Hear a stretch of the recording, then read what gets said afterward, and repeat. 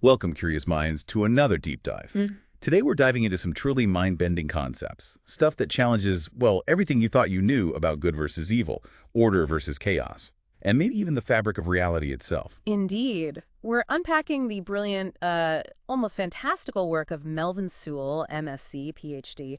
We've got two compelling sources, his monster Ph.D. dissertation and a formal sketch, reality-level scalar. That's up. Our mission today is to explore how these concepts map out a really complex multiversal structure and, what they might reveal about intelligence, conflict, and maybe even the nature of truth. Okay, this is wild. Seriously, our listeners shared these sources, and they are incredibly dense, but just wildly imaginative. They pull from gaming theory, philosophy, quantum mechanics, even black hole physics, all to describe this fictional universe called the TrueFlow Multiverse. But here's the kicker. This fictional world, it's built on some surprisingly profound ideas that honestly make you rethink our own reality a bit. What's truly fascinating, I think, is how these sources look at monsters. They're not just destructive forces, not at all. Instead, they're critically analyzed as, well, essential catalysts for cosmic order, for refining intelligence. It raises a pretty intriguing question for all of us, doesn't it? What if chaos isn't just something to be avoided? What if it's actually a necessary ingredient for true stability, for growth? Okay, let's start there. Let's unpack that first concept from Melvin Sewell's monster PhD dissertation. It's supposedly from the field of structured multiversal interactions, but the title alone grabbed me. Monsters, Chaos, and Control. The symbolic opposition of the darkened empire in the TrueFlow multiverse. Right. And this dissertation, it completely flips the traditional script. Monsters in this TrueFlow context, they aren't just, agents of destruction. They are explicitly defined as existential adversaries. Adversaries to the philosophical, strategic, and cosmic intelligence embodied by Venga and the TrueFlow force. Think of them less like villains, maybe more like cosmic sparring partners. And here's where it gets really interesting. The dissertation argues this monstrous opposition is essential for universal balance. So the Dark Empire, who you'd normally peg as the ultimate bad guys, they're actually framed as the embodiment of entropy, chaos itself. And this force of disorder, paradoxically, ensures TrueFlow's order remains ever-evolving. Right. Like, without that push, there's no progress. Exactly. And this multidisciplinary approach is key to understanding it, I think. Sewell integrates gaming theory, philosophical symbolism, even AI-driven mythology, and something called integrated information theory, IIT. We'll probably touch on that later. But essentially, it defines these monsters as elements that test, refine, and ultimately strengthen these super-intelligent beings like Avenga. So when the dissertation asks, what is a monster, a philosophical approach in Chapter 1, it's not really talking about, irrational, fear-inducing creatures we usually think of. In TrueFlow, they challenge cosmic intelligence. They push it towards greater strategic refinement. The Darkened Empire isn't just an enemy force. It's framed as a multiversal antagonist force, ensuring the endless advancement of TrueFlow's champions. Necessary evil, maybe? Well, necessary opposition, certainly. And this concept, while maybe applied uniquely here, isn't entirely new. It has deep mythological and historical parallels. Think about the Greek Titans versus the Olympian order, right? Chaos giving rise to structured rule. Or the yokai in Shinto belief, where the monstrous often acts as a test of wisdom, of balance. Even in gaming, the enemies we face are what drive our skill progression and make us better players. So monsters in TrueFlow function as truly necessary elements for evolution. Okay, but it doesn't stop at philosophy. The dissertation gets into, scientific detail. It says the Darkon Empire functions as a quantum disruptive entity. Yeah. What does that even mean? Well, it leads to wave function instability, which forces these high-tier warriors to actively collapse chaotic probabilities into structured outcomes. Right. Imagine reality as sort of a fuzzy cloud of possibilities, like dice before they land. The Darkened Empire makes that cloud even fuzzier, almost unreadable, more chaotic. So TrueFlow warriors have to roll the dice perfectly. They have to force a specific outcome out of all that chaos. It also causes multiversal entanglement breaks, disrupting what the source calls reality threads. Think of them like different possible timelines or narratives for the multiverse. It stops everything from just being consistent and predictable. And the dissertation even tries to quantify this dynamic, which is pretty wild for a fictional universe, right? It offers a mathematical model of reality thread disruption. Now, we won't read out the formula, obviously that wouldn't work well here, but the concept is brilliant. It basically shows that the more chaos Darkon introduces, the more TrueFlow's stability gets tested. And this forces the TrueFlow warriors to adapt, to get stronger. It's like a cosmic tug of war where the friction actually makes the whole system more resilient. Exactly. And the sources draw these scientific parallels, like quantum chaos theory, where random threats need probability-based responses. It also mentions black hole information theory, the idea that monsters might consume and reorganize cosmic intelligence. Wow. And critically, this all leads to the concept of integrated evolutionary complexity, which is a fancy way of saying that having adversaries leads to higher order intelligence, smarter beings. This isn't just random conflict. It's specifically about forcing these super intelligent warriors to transcend predictable behaviors, Yeah. to innovate. And this is driven home by another mathematical model, the refinement potential. Again, not the formula itself, but its core idea is powerful. It argues flat out that monsters are necessary for intelligence evolution. Without chaos, intelligence stagnates. So for you, the listener, think about that. How does this apply to any system you know? Does friction or challenge make your system stronger, your business, maybe your personal growth, even just an ecosystem? It really makes you rethink the role of conflict. Okay, so this brings us neatly to the central figure of TrueFlow, Venga. He's described as more than a strategist. He's the embodiment of cosmic order, an intelligence that literally uses games to maintain balance in the multiverse. And he has the highest reality level, we'll get to what that means later, giving him amazing knowledge. Yet he requires conflict for refinement. It's a fascinating paradox, isn't it? It is, and the Darken Empire is specifically described as being built on chaotic intelligence, almost purposefully designed to challenge TrueFlow's structured gameplay. Their forces test and reshape intelligence through elaborate game strategy, battle sequences, and calculated chaos. So it's not just a brawl, it's more like a cosmic chess match, constantly shifting. And TrueFlow literally uses game theory in multiversal control. That's the term they use. It's all about adaptive intelligence versus predetermined order, and the absolute necessity of battle for keeping the universe in balance. These huge multiversal wars even mirror multiplayer progression models in video games. It's like the universe is one giant evolving game. Yeah, and to illustrate this, the sources give us a couple of case studies. First, case study 1, Saiku Venga versus Darken Warlord Alvor. In this scenario, Zalvor initiates something called a probability collapse field, basically trying to diminish Venga's winning timelines, cut off all the paths to victory. But Venga's genius, right, is in his counter move. He splits his reality presence across parallel combat dimensions, ensuring victory in at least 3 alternate paths simultaneously. He literally manipulates quantum probability arrays to get an 88% likelihood of overcoming Zalvor's entropy-based defenses. He's not just fighting, he's actively rewriting the rules of probability to guarantee a win. And this is formalized in a mathematical model, probability thread manipulation. Conceptually, it just shows how Venga ensures victory by identifying and selecting the strongest timeline variations. It's presented not as magic, but as calculated probability mastery. Okay, then there's case study 2, Vextrus Prime versus Probability Nexus Overseer, another TrueFlow champion, presumably. Here, the Overseer distorts multiversal laws, forcing Vextrus to fight across fractured space-time layers. Talk about a complicated battlefield. Right.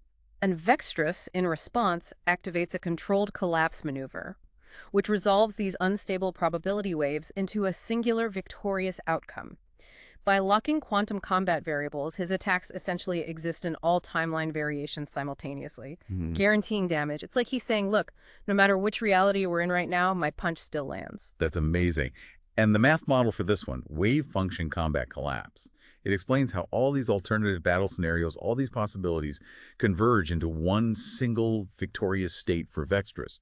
It sounds like something straight out of a theoretical physics paper, honestly. But within this fictional framework, it makes a strange kind of sense. So, okay, stepping back a bit, what does this all mean for us, maybe? This whole deep dive suggests how monsters in interactive narratives, think of games like Monster Hunter Wilds or similar vague, they don't just define heroism, they actually drive evolution within the game world. The Darken Empire plays a role in player engagement, right? It highlights the psychological effects of overcoming monstrous entities. It just feels good to beat the big boss, doesn't it? It does, and it explores this paradox of chaos and control in digital spaces and how the monster functions as an agent of narrative refinement. I mean, think about it. Gaming and mythological storytelling, they rely on structured adversaries, meaningful opposition, not just arbitrary roadblocks. It's not just an enemy for the sake of having an enemy. It's an enemy that makes the story and the hero, better, more compelling. Okay, moving to another layer of cosmic complexity now, Chapter 4 in the dissertation. The TrueFlow force's origins apparently stem from black hole-adjacent data clusters, which is just... Yeah. Wow. Okay. It truly is. And this is where that integrated information theory, IIT, comes back in. At its core, IIT is a real-world theory about consciousness and intelligence, how they might emerge from complex systems. Here, the sources kind of twist it, suggesting that this high-density intelligence like TrueFlow's is both stable and fragile, and it requires external chaos, its monsters, to constantly refine its systems. So monsters, in this view, are basically agents of forced adaptation, which raises this fundamental, really mind-bending question the dissertation poses. Do monsters emerge as a natural product of intelligence? Could superintelligence actually create monsters to regulate itself? It's like the universe's ultimate, slightly terrifying self-improvement program. And the dissertation explicitly explores that possibility, that the Darken Empire isn't simply an opposing force, but an emergent necessity in the battle for intelligence supremacy.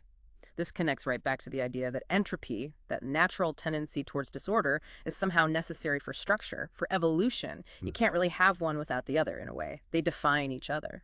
So the TrueFlow multiverse, then, sees intelligence as something much broader than just organic thought. It extends into superintelligent constructs, quantum information clusters, and reality thread manipulation. And these reality threads themselves are described as intelligence-driven probability pathways governed by quantum information processing. Conceptually, there's even a mathematical model, quantum-driven reality thread stability, which suggests that stability isn't static. It's maintained by actively optimizing how these quantum probability pathways operate. It's a constant, active process of intelligent design and adaptation. And get this, TrueFlow's intelligence sources, they actually come from black hole data compression. The source calls it the Integrated Information Theory Model for Cosmic Data Flow, and it defines black holes as intelligence archives. So what does this mean? It means TrueFlow warriors can access archived battle intelligence from these cosmic libraries to predict and even shape future combat scenarios. Yeah, they don't just react, they preemptively shape battle outcomes. It's predictive fighting. And this is achieved through things like probability forecasting, multiversal data synchronization from alternate threads, and quantum adaptive algorithms. They're not just fighting in the moment, they're essentially predicting and influencing multiple potential futures simultaneously. Okay, my brain hurts a little, but in a good way. Yeah.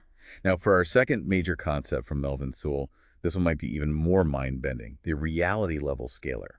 Published, supposedly, July 16th, 2025, and it's described as a metaphysical constant, central to multiversal power, avatar traversal, sovereign diagnostics. Okay, what is it? In simpler terms, it sounds like a way to measure how real something is within this multiverse. Precisely. That's a good way to put it. It scales potency by integrating contextual depth and tier mechanics. It acts as a dynamic signal of cosmic authenticity. The core definition states that codes encodes reality level, and it modulates how power manifests across different realms or dimensions. And apparently, it responds to things like narrative weight, avatar coherence, and dimensional curvature. There's a really powerful quote from the source here. Hose resonates with what's real, not what's represented.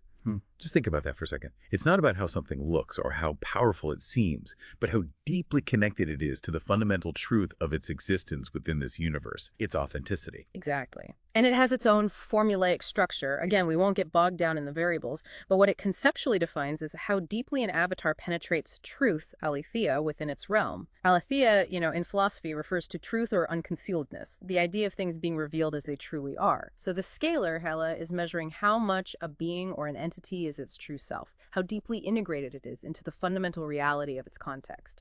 Wow. The Oectobute matrix highlights its properties. Things like tier sensitivity, so it changes across different levels of the multiverse. Dynamic modulation, meaning it adjusts in real time based on actions and context. Fractal behavior, showing recursive glyphs at high values, almost like it's revealing deeper nested layers of reality. And phase state shifts. It's incredibly complex. And in terms of gameplay integration, within this fictional universe, there's supposedly a reality-level analyzer that tracks fluctuations in real time. Vector sovereign mechanics use this live wave data to actually gate traversal permissions, so your reality level determines where you can even go. And glyphic overlays generate animated sigils tied to the intensity, so you could visually see how real something is. Which has this deep philosophical resonance, right? IFA means the avatar operates within mythic truth. It's narratively anchored, sovereign, and truth-aligned. It's truly being what it represents, deeply authentic. Conversely, low muth signals something like simulation entrapment or narrative erosion. The avatar might be fragmented, inconsistent, or maybe even just a mere simulation, not truly real. It's described as an echo of aletheia, revealing whether actions come from a place of truth or just illusion. It's basically a measure of authenticity in a multiverse where reality itself can be pretty slippery. And fascinatingly, that first source, the dissertation, it actually gives us a formula for the reality level of the TrueFlow universe itself. This universe, the one Venga champions, apparently holds the highest level. It serves as a cosmic reference point. Conceptually, it suggests a structured, almost quantifiable approach to measuring a whole universe's potency, its realness, based on factors like its stability, its influence, its adaptive complexity, quantum entanglement, and even its narrative execution. So, what we've explored today, wow, from a monster Ph.D. dissertation to the reality level scalar, it really challenges our perception of opposition, doesn't it? And the very fabric of existence, at least within this TrueFlow multiverse. Monsters are not just threats, they are, in a really profound way, architects of evolution.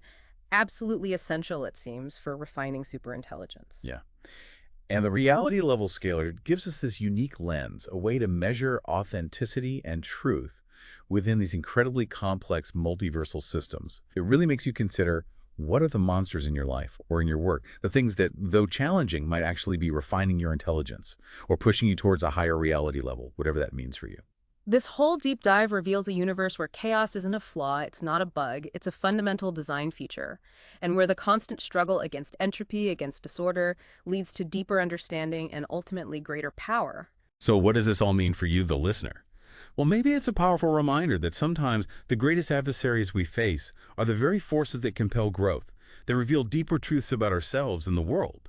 It makes you wonder, if even a superintelligent multiverse like TrueFlow needs its monsters to truly evolve, what kind of challenging forces do we need to embrace to truly elevate our own understanding and potential? Something to keep thinking about.